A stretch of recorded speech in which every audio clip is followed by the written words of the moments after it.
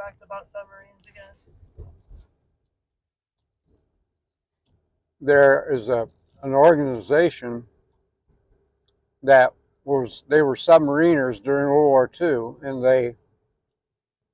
they wanted to put a submarine or part of a submarine up on the Jordan block in Ottawa, just a small section of it, as a memorial to these people that were in these submarines during the Second World War. And anyway, who knows if it'll happen or not, you know. And anyway, right now we're going on Route 71. I think they call this the River Road. It goes all the way from Ottawa out to Starved Rock Lodge. And I thought that it might be nice to go on a little road trip just to see the foliage is changing. And this road is beautiful. I call this road the Romantic Road. No one else calls it that, but that's what I call it. That's what they should call it, because it's a beautiful road, and it's reminds me of the Blue Ridge Parkway, you know, in the Blue Ridge Mountains. It's got a lot of hills and dales and lots of cliffs along the edge and everything. It's a really nice ride. People get their sports cars and their motorcycles and they go out on this road on the weekend. It's just full of people just touring. And then you finally get to the end of the road and you get to the lodge at in Starved Rock Park. There's a beautiful lodge that was built in the 1930s during the Depression. They had make work projects for people to people couldn't find jobs, so they had them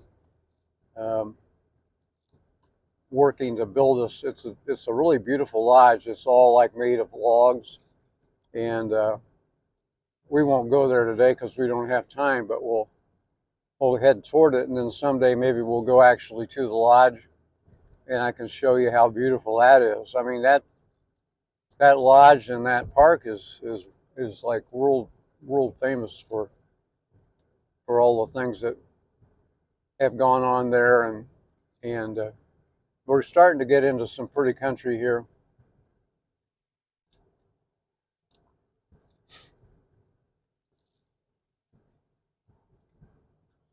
One time I was driving along here. It's really funny.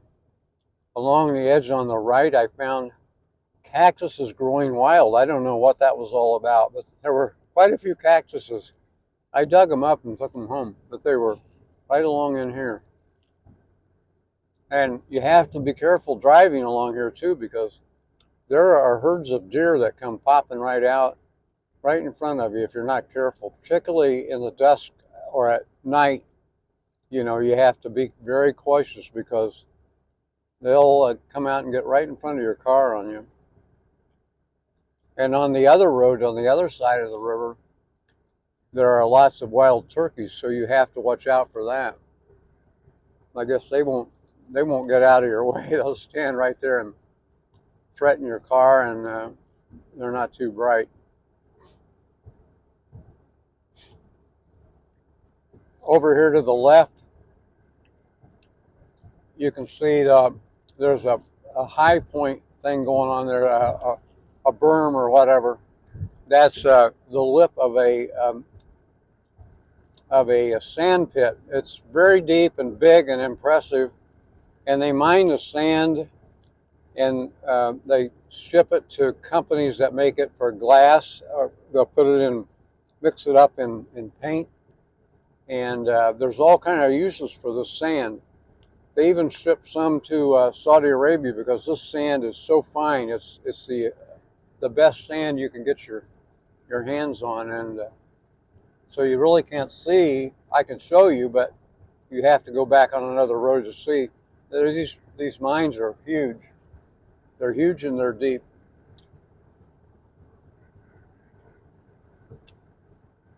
The river's over to the right, and to the left up here is another local park that has lots of deer and stuff in it.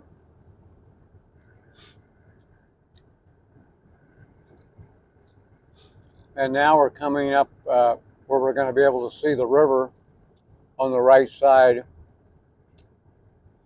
Here's some land along here.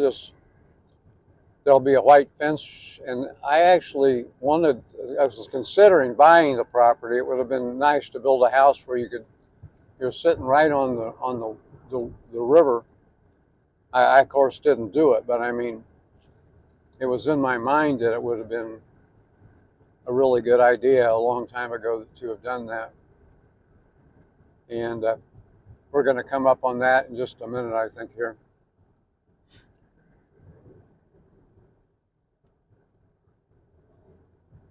Now you can see a ridge over there to the left, and then here's the water over to the right. You see the Illinois River, and you probably could see some birds. And yeah, right there, that lot right there, I wanted that. I could visualize it, and the guy that did buy it did exactly what I would. And look at the flock of birds out there. I can't tell what they are. They look like white. They may be pelicans. I'm not sure, but there's lots of birds that use this as a flyway. We'll go just a little bit farther up and then turn around. All along here are there's places where you can take a boat, and a lot of hunting goes on. People hunt for duck and stuff out on the river. There are duck blinds and so on. Now we're entering Starved Rock State Park, and it's a beautiful park. People come from all over, and you can see that the trees are turning. They're not as bright as I'd hoped they'd be, but you can tell that the fall weather is coming. And in just a minute here, we'll start going through the curves, and then we'll turn around and head back to Ottawa. But now we're going to go up the hill.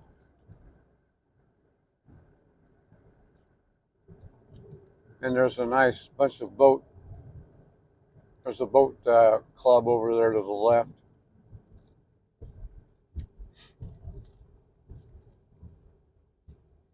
Now the terrain, it really gets different here. Feels like you're in a different state.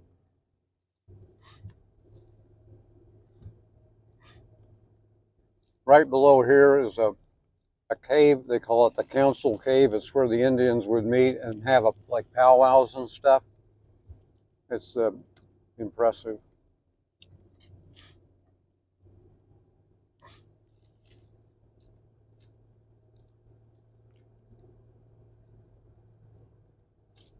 I wish a deer would come popping out on us. Darn it. Come on, deer. There's a lot of them back in these woods, I know that.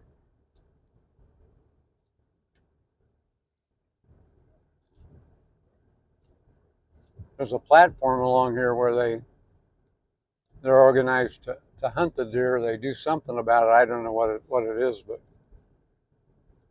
one time I was driving along here and I saw a mother deer and a little fawn, and she was waiting. I wondered why, and then lo and behold, I stopped the car, and there was another little fawn wanting to skitter across the road too, to get with her mother. She had twins.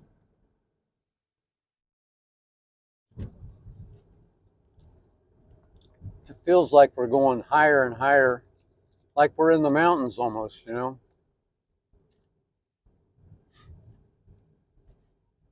phone's about to fall asleep. What? My phone's about to go down. Okay.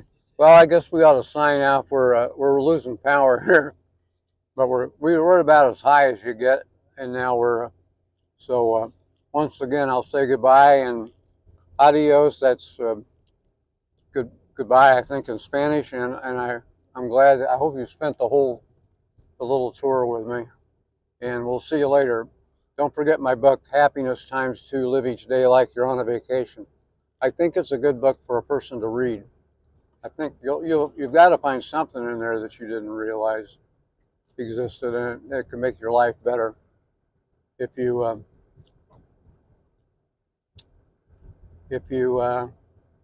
and I'll tell you, the cover is just beautiful. It's got a beautiful cover. There's no doubt about that.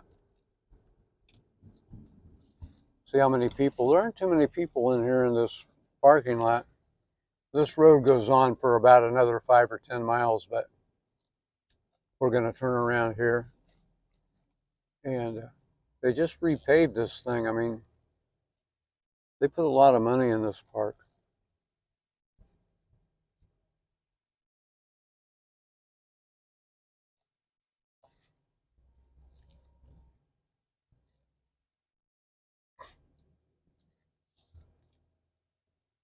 Hey, look over and smile.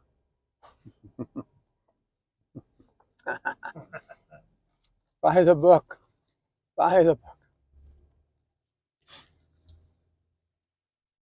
there a way that maybe some of the lessons in here can be summed up and talked about in maybe like a lecture style? A what? A lecture style teaching, like when you were a university Uh-huh. teacher, is that the right term? Yeah, professor. Uh-huh. Like how did you present the details or what you needed to know about the subject? Like, Mm-hmm. I'm not sure exactly what to say. I mean, you could do like an outline on what we just did. I mean, but I don't know.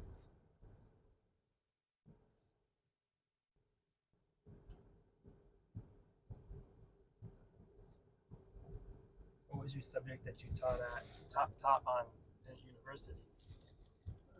American and world history.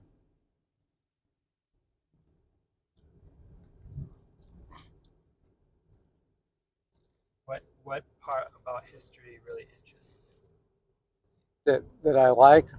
Yeah.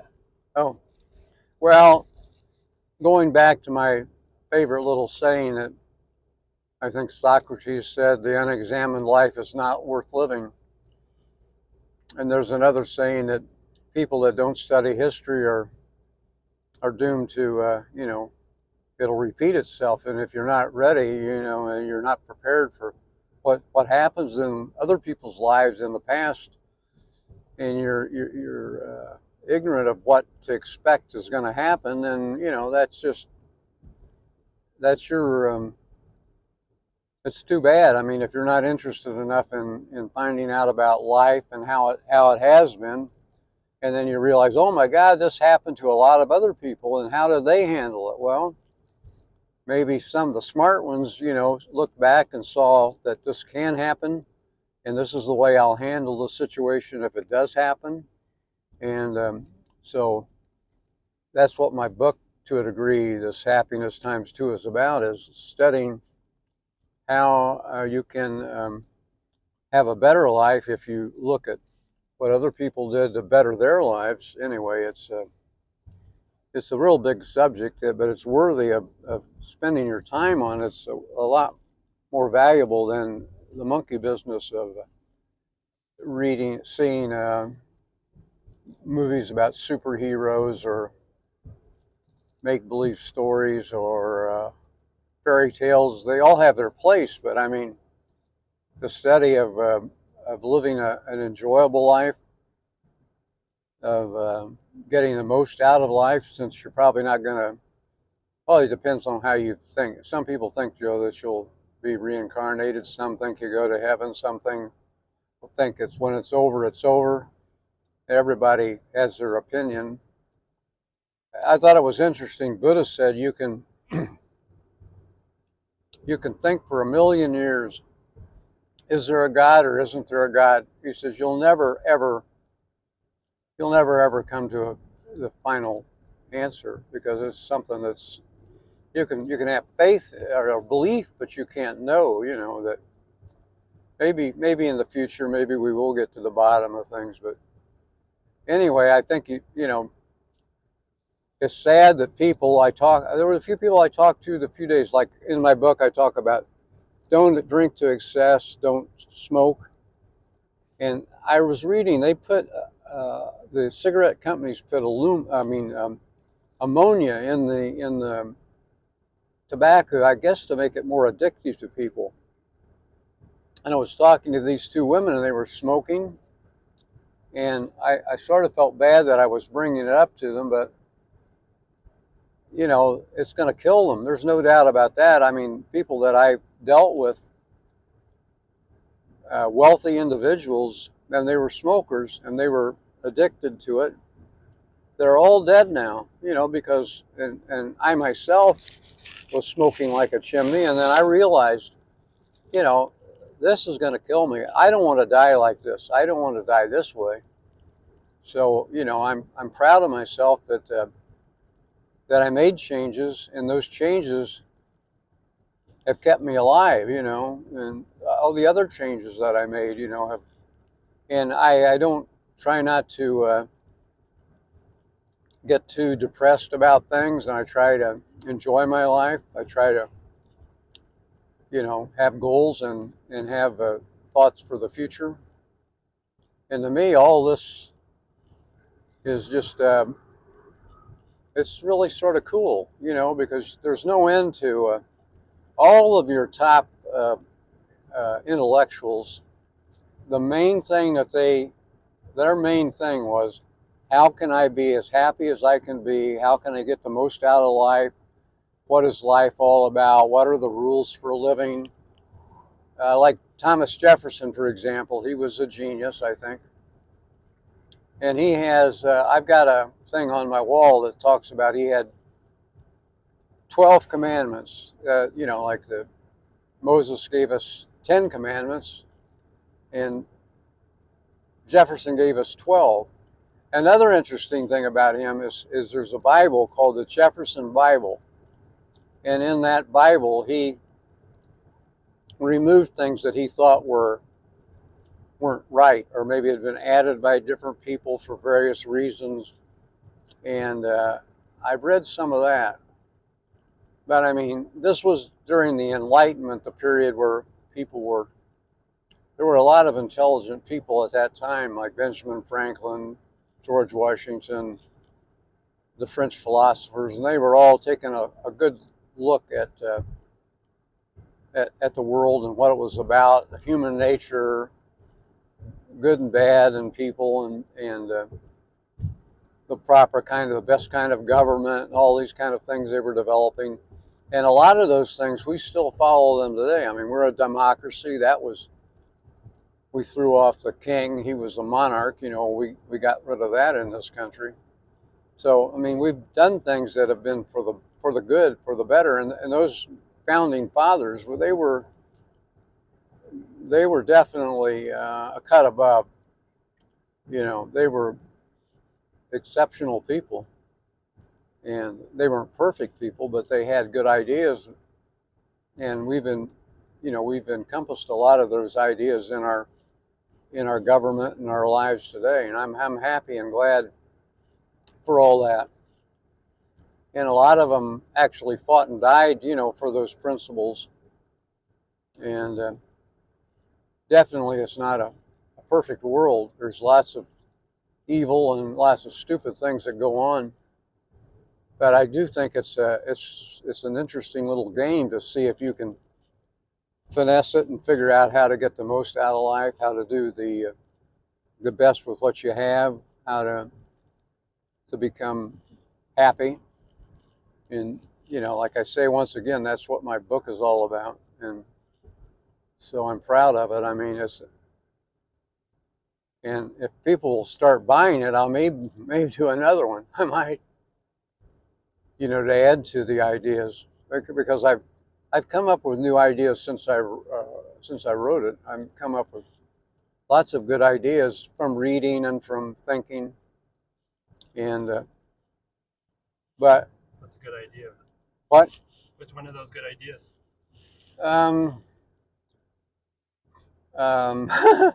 I'm sorry, let's see if I can think of any of them. There's some of them.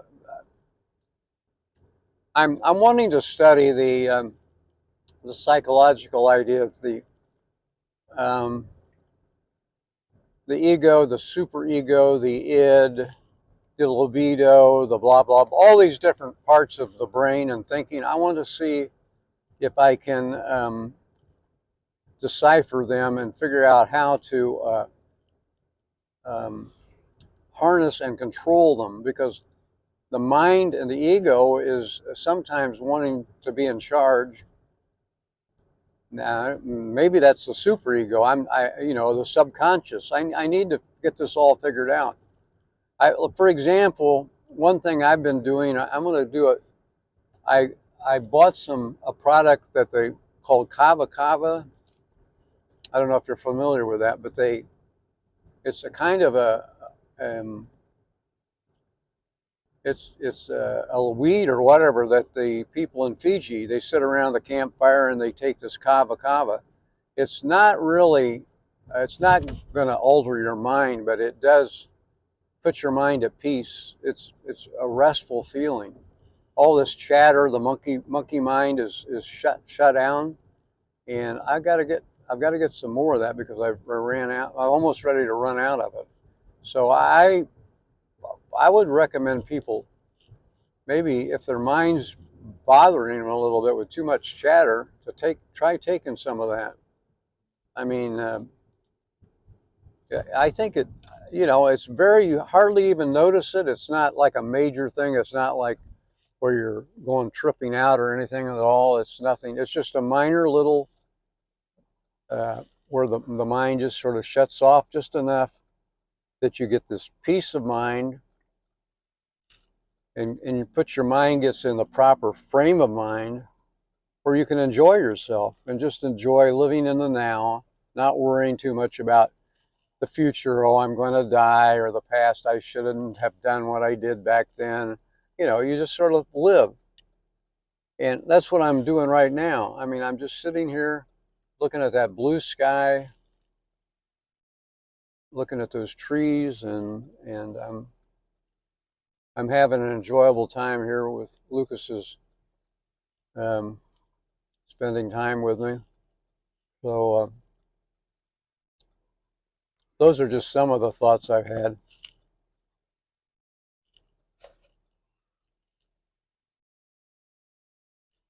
Sweet. Okay.